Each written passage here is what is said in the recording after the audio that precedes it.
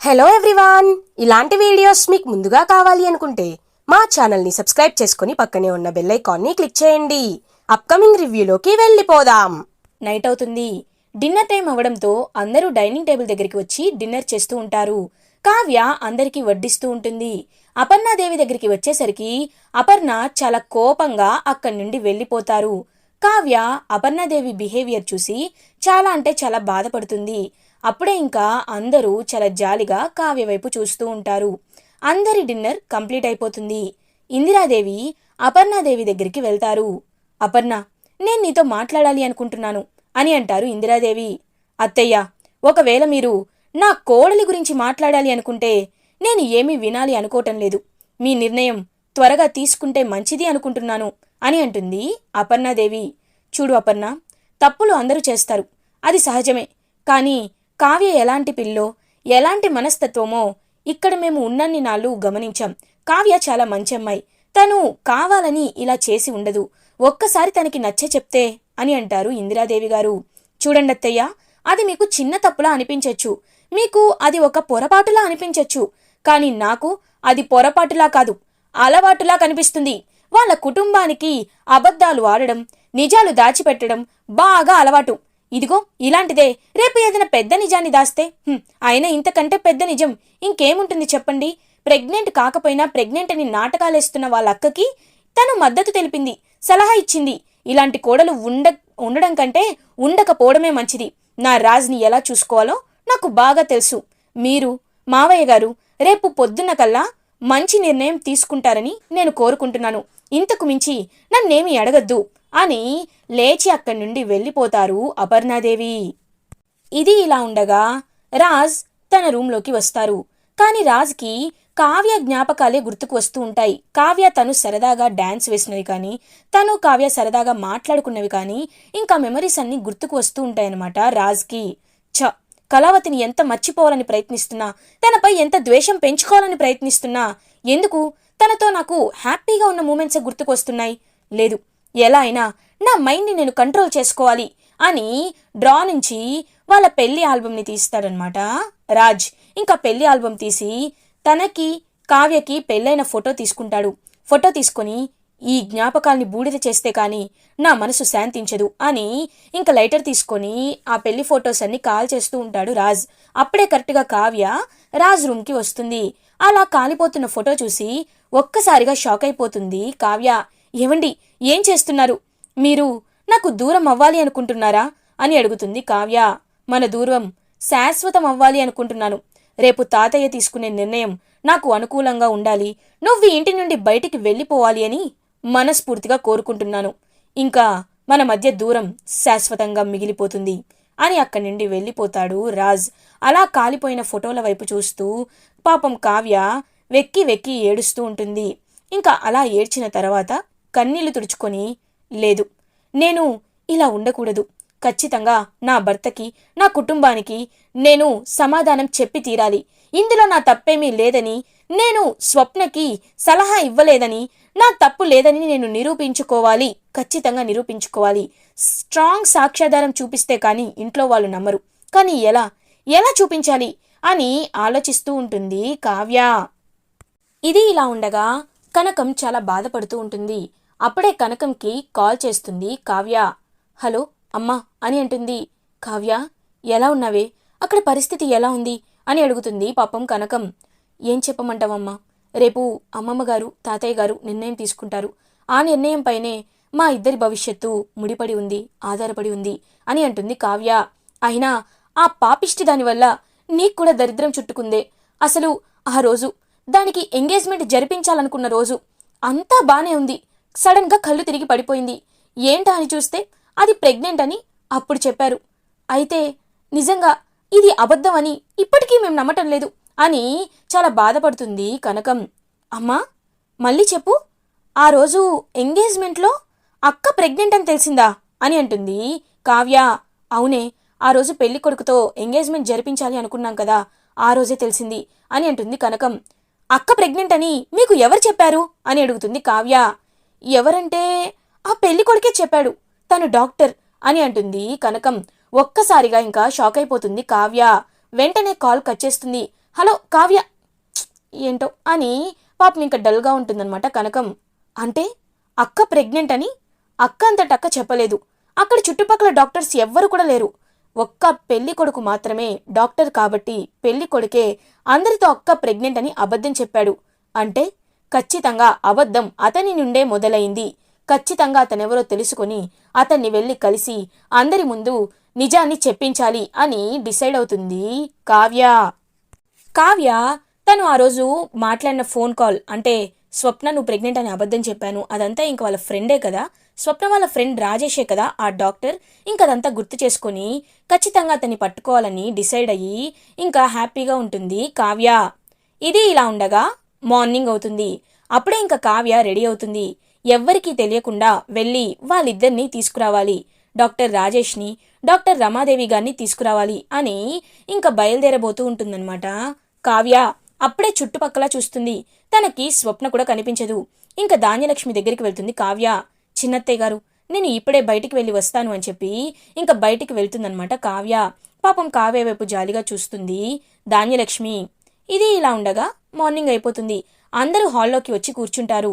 ఇంకా అప్పుడే రాహుల్, రుద్రాని వీళ్ళు కూడా ఇంకా హాల్లోకి వస్తారు. ఏంటి అది కనిపించటం లేదు అని అంటుంది రుద్రాని.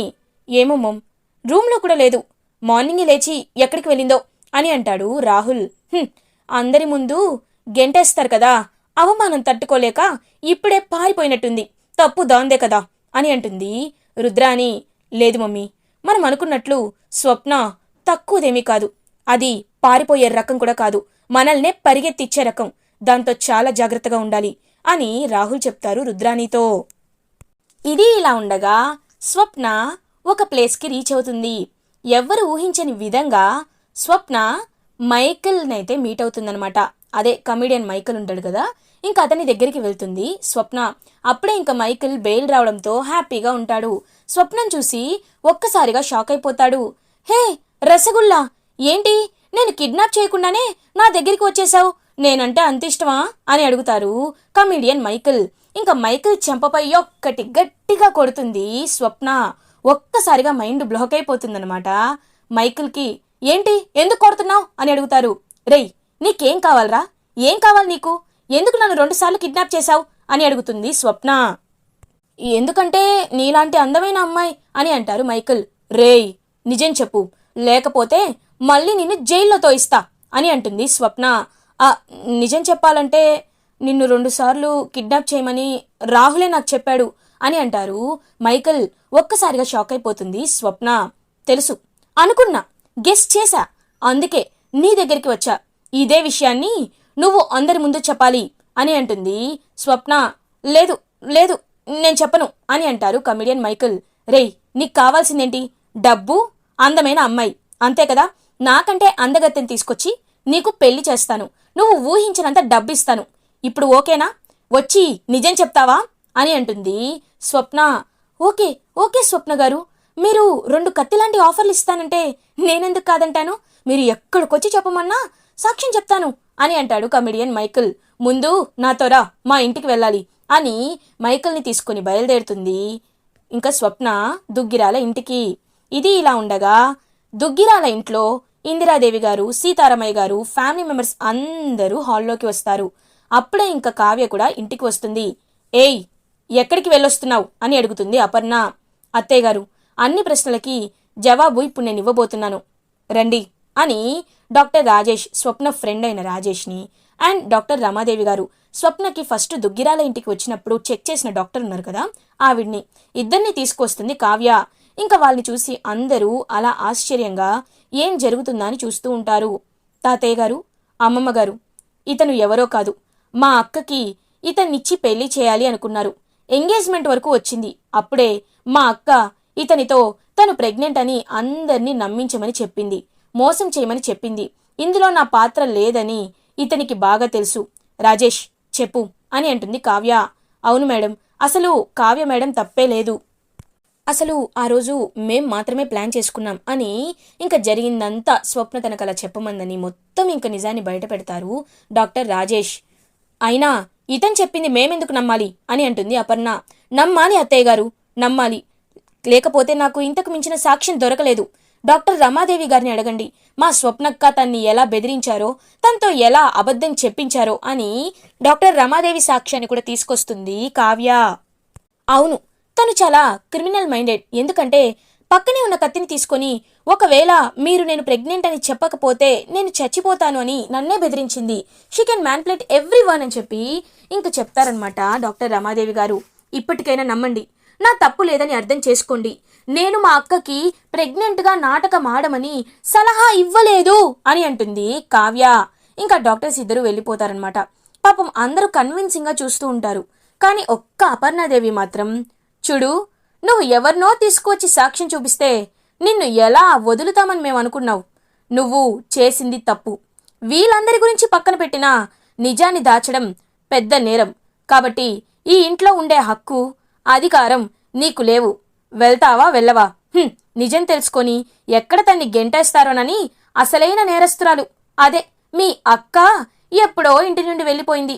కానీ నువ్వు మాత్రం నీ నేరమేమీ లేదంటూ నువ్వు ఒక మంచిదానిలా అందరి ముందు ప్రొజెక్ట్ చేయడానికి ఇంకా ఇక్కడే ఉంటున్నావు. నీ నాటకాల్ని నమ్మే స్టేజ్ ఎప్పుడో దాటిపోయాం. వెళ్తావా వెళ్ళవా? బయటికి పో అని గట్టిగా అరుస్తుంది అపర్ణాదేవి. ఇంకా కావ్య అయితే ఒక్కసారిగా షాక్ అయిపోతుంది. వెళ్ళమన్నానా అని చెప్పి గట్టిగా ఇంకా బయటికి వెళ్లేంత వరకు ఇంకా గట్టిగా అరుస్తూనే ఉంటారు అపర్ణాదేవి. పాపం కావ్య ఇంకా ఏమీ చేయలేక అందరూ సైలెంట్గా ఉండేసరికి దుగ్గిరాల పెద్దవాళ్ళైన సీతారామయ్య గారు అండ్ ఇందిరాదేవి గారు కూడా ఏమీ చెప్పకపోయేసరికి అలా బయటికి అడుగులు వేస్తూ ఉంటుంది కావ్య. ఆగు కావ్య అని అప్పుడే ఒక గొంతు వినపడుతుంది. అందరూ గుమ్మం వైపు చూస్తారు. అక్కడ స్వప్న ఉంటుంది. ఒక్కసారిగా అందరూ షాక్ అయిపోతారు. ఎందుకు మనం బయటికి వెళ్ళాలి? నువ్వు ఏమీ బయటికి వెళ్లాల్సిన అవసరం లేదు, రా లోపలికి అని ఇంకా స్వప్న అయితే కావ్యం తీసుకుని లోపలికి వస్తూ ఉంటుంది. ఏయ్, ఏంటే ఊరుకుంటుంటే రెచ్చిపోతున్నావు? నీలాంటి దాన్ని బయట ఉంచాలి అని అంటుంది రుద్రాణి. రుద్రాణి గారు, మీరు మాట్లాడే హక్కు ఎప్పుడో కోల్పోయారని నిన్నే మీకు చెప్పాను. అయినా మీకు కొంచెం కూడా ఇంకిత జ్ఞానం లేదా అని అంటుంది స్వప్న. ఒక్కసారిగా అందరూ షాక్ అయిపోతారు. చూడు, నీకు పెద్దంతరం చిన్నంతరం తెలీదా? ఎవరితో ఎలా మాట్లాడాలో తెలీదా? అయినా నీలాంటి దాంతో మాటలు అనవసరం. మీరిద్దరూ బయటికి వెళ్లాల్సిందే. నీ గురించి నాకు తెలీదు. ఈ కావ్య బయటికి వెళ్లాల్సిందే అని అంటుంది అపర్ణ. శభాష్ శభాష్ అపర్ణ గారు, వాహ్, మీలాంటి అత్తగారిని నేను ఎక్కడా చూడలేదు అని అంటుంది స్వప్న. అందరూ ఒక్కసారిగా షాక్ అయిపోతారు. కావ్య ఇంటి పనులన్నీ చేయాలి, వంటలన్నీ చేయాలి, మీకు 3 పూట్ల కాఫీ తెచ్చివ్వాలి, మీకు ఏదైనా వంట నచ్చకపోతే తను మళ్ళీ చేసుకురావాలి, అన్ని పనులు ఇంటి పని మనిషిలా, ఈ ఇంటి బానిసలా చేసి పెట్టాలి. కానీ మీరు మాత్రం తనపై కొంచెం అంటే కొంచెం కూడా కనికరం చూపించరు. మీలాంటి అత్తగారు ఉంటే నిజంగా ఈ దేశం చాలా బాగుపడుతుంది అని అంటుంది స్వప్న. ఇంకా అందరూ ఒక్కసారిగా షాక్ అయిపోతారు. చూడండి, మీరు ఏమైనా అనుకోండి, మీరు తిడితే పడడానికి, మీరు ఎదిరిస్తే సైలెంట్గా ఉండడానికి, మీరు వెళ్ళిపోమంటే తలదంచుకొని వెళ్ళిపోవడానికి నేనేమి నా చెల్లి కావ్యలా కాదు, స్వప్నని. ఏది ఏమైనా, ఎవరు ఎటు వెళ్ళినా నేను మాత్రం ఇక్కడే ఉంటాను. ఒక బలమైన సాక్ష్యాధారంతోనే ఇక్కడికి వచ్చాను. మైకల్ అని అంటుంది స్వప్న. ఇంకా మైకల్ నడుచుకుంటూ వస్తాడు. ఒక్కసారిగా షాక్ అయిపోతాడనమాట రాహుల్. ఇంకా టెన్షన్ పడుతూ ఉంటాడు, చెమట్లు పడుతూ ఉంటాయి, బాగా టెన్షన్ పడుతూ ఉంటాడనమాట రాహుల్. రుద్రాని వీళ్ళందరూ చూస్తూ ఉంటారు. ఇప్పుడు వీడేం చేస్తాడు అని అడుగుతుంది రుద్రాని. చెప్తాం రుద్రాని గారు. రేయ్ మైకల్, 2 సార్లు నన్ను కిడ్నాప్ చేశావు కదా, అసలు నన్ను ఎందుకు కిడ్నాప్ చేశావు? ఎవరు కిడ్నాప్ చేయమన్నారు? చెప్పు, అందరి ముందు చెప్పు అని అంటుంది స్వప్న. మేడం, నిజం చెప్పాలంటే నన్ను ఫస్ట్ తన్ని కిడ్నాప్ చేయమని చెప్పింది ఈ రాహులే. తర్వాత కూడా తన్ని కిడ్నాప్ చేయొద్దు, డైరెక్ట్గా చంపేసేయమని చెప్పాడు. కానీ నేనే తను బాగా అందంగా ఉంటుందని పెళ్లి చేసుకోవాలని ఆశపడ్డాను.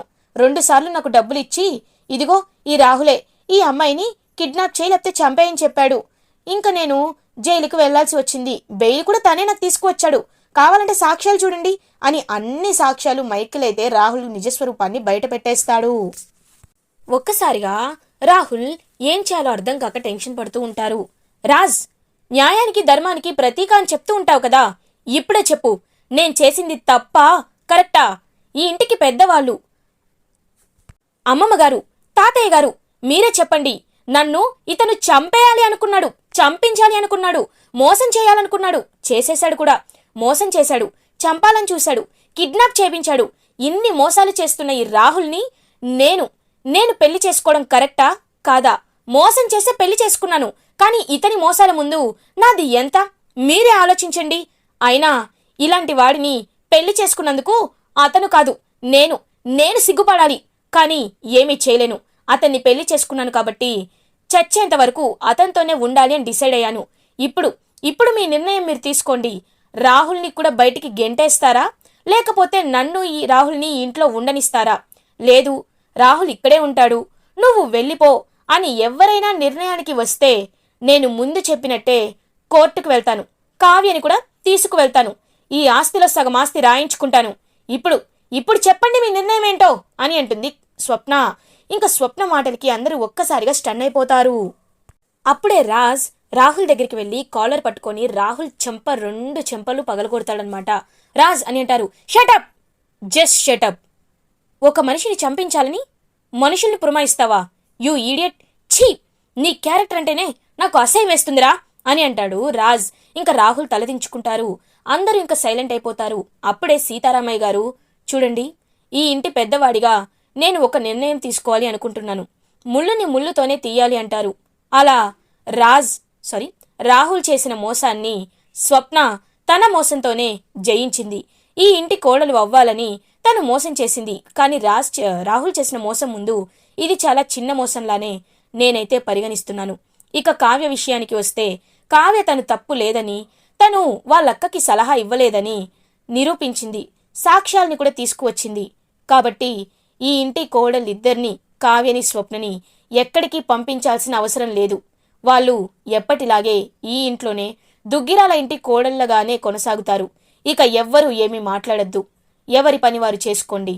అంతేకాని ఇంకా గెంటి వేయాలి, బయటికి తరిమేయాలి అనే మాటలు నాకు వినిపించకూడదు అని చెప్పి అక్కడి నుండి ఇంక వెళ్ళిపోతారు సీతారామయ్య గారు. ఇంకా రుద్రాని రాహుల్ ఏం చేయలేక వాళ్ళ రూమ్లోకి వెళ్ళిపోతారు. అపర్ణాదేవి కూడా ఇంకా స్వప్న అంత గట్టిగా మాట్లాడేసరికి ఇంకా వెళ్ళిపోతుంది. ఎవరి రూమ్కి వాళ్ళు వెళ్ళిపోతారు. అలా కావ్య అండ్ స్వప్న ఇద్దరు దుగ్గిరాల ఇంటి కోడలుగానే కంటిన్యూ అవుతారు. ఇలా ఎపిసోడ్ ఎండ్ అవుతుంది. ఫర్దర్ ఎపిసోడ్ రివ్యూస్ ముందుగా మీకు కావాలి అనుకుంటే మా ఛానల్ని సబ్స్క్రైబ్ చేసుకోండి. Thanks for watching.